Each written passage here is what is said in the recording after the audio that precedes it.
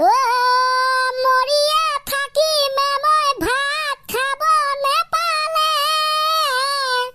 খিনাই খিনাই শুকাই যাম পানী খাব নেপালে মাছ মাংস থাকিলে একোৱে কথা নাই ধুমা ধুমা ভাত কাঢ়ি পেটলে সোমাই যায় আনিবা নেকি মাংস 1 কেজি মোলে আনিবা নেকি মাংস 1 কেজি মোলে ঐ মৰিয়া থাকিমে মই ভাত খাব নেপালে শুকাই শুকাই খিনাই যাম পানী খাব নেপালে চিঞৰি চিঞৰি কব খোজো আজি অসমত বানপানী হৈ আছে অসমত বানপানী হৈ আছে ছাৰ ফাৰ্ষ্টতে বহি লওক হৈ গ'ল অলৰাইট মৰিয়া থাকিবি তই ভাত খাব নেপালে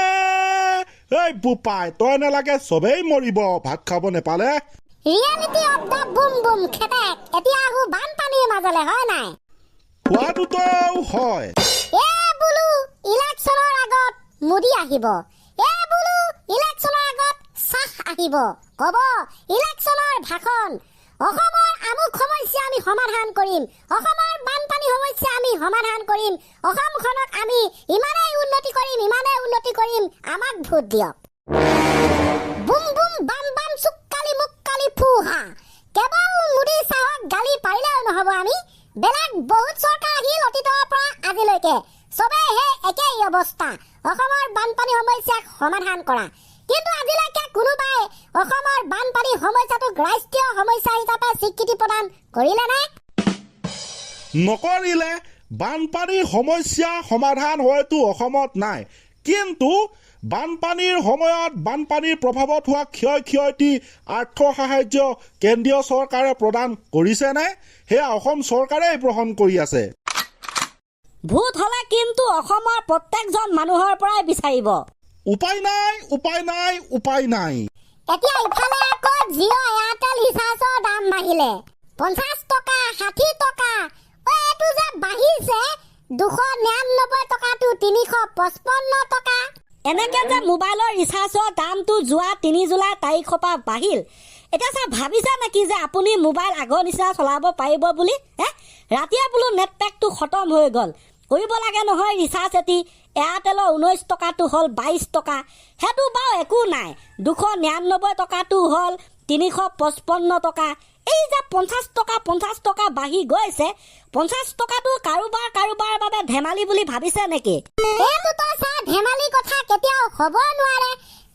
কাৰোবাৰ বাবে সেই 50 টকাটো এক সপ্তাহৰ বাবে নিমখ তেল কিনি খাব লগা হয় ইপিলি আকৌ তাৰ ল'ৰা ছোৱালীক নপঢ়ালেও নহব আজিকালি বোলে পঢ়াটো মোবাইল ফোনটো লাগে অনলাইনত কিবা কিবি কয়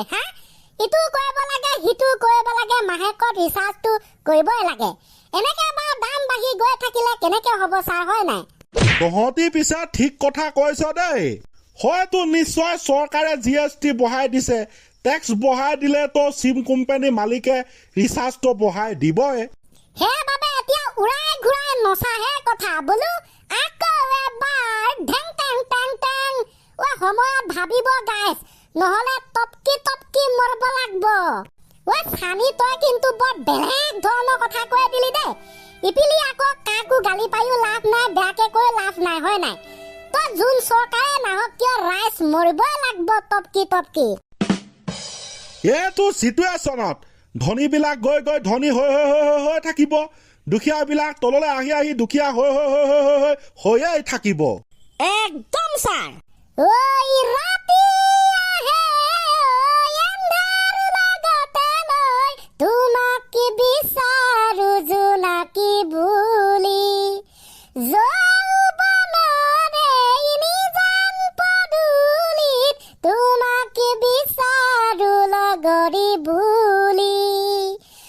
ৰাইজ আপোনালোকৰ বিয়াৰ খৰচ কমাবলগীয়া এটা বুদ্ধি দিম দেই এই বুদ্ধিটো ইউজ কৰিলে আপোনাৰ বিয়া খৰচ কমি যাব বেটা এতিয়া দিব কিছু বুদ্ধি ছাৰ দেই হাঁহক কচোন ক ল'ৰা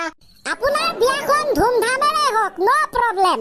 ভাত খোৱা সময়ত আপোনালোকে কি কৰিব গম পাইছে নাই?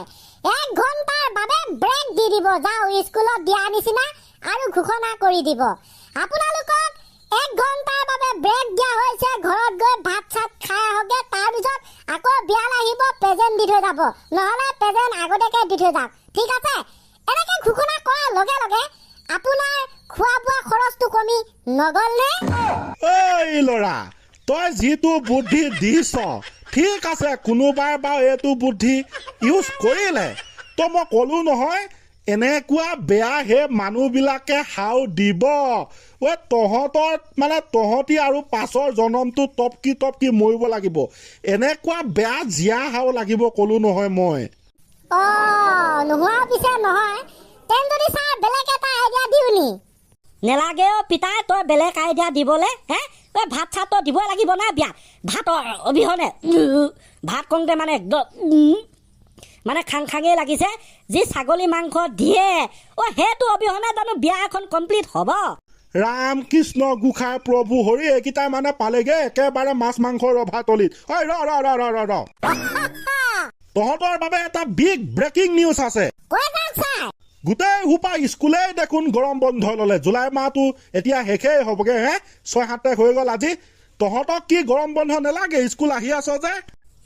কামাই চা আপুনি দিয়া নাই আকৌ, পাহৰিয়ে গ'লো নহয়। যি বঢ়িয়া লাগিছে স্কুল আহি এইকেইদিন। সেইটোৱে কথা, দিম ৰ অহাকালি কিন্তু স্কুল আহিব লাগিব। তাৰপিছত মই অলপ হোমৱৰ্ক দিম, আজি বাৰু চাই অহা নহ'ল। তাৰপিছতে তহঁতি পাবি গৰম বন্ধ। কেনে মজা লাগিব কেনে মজা দে হ'ব ঠিক আছে তেনে, যদি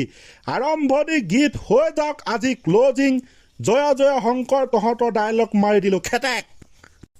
ছাৰ মৰিয়া থাকি মই ভাত খাব নেপালে, খিনাই শুকাই যাম পানী খাব নেপালে, মাছ মাংস থাকিলে একোৱে কথা নাই, ধুমে ভাত কাঢ়ি পেটলে সোমাই যায়, আনিবা নেকি মাংস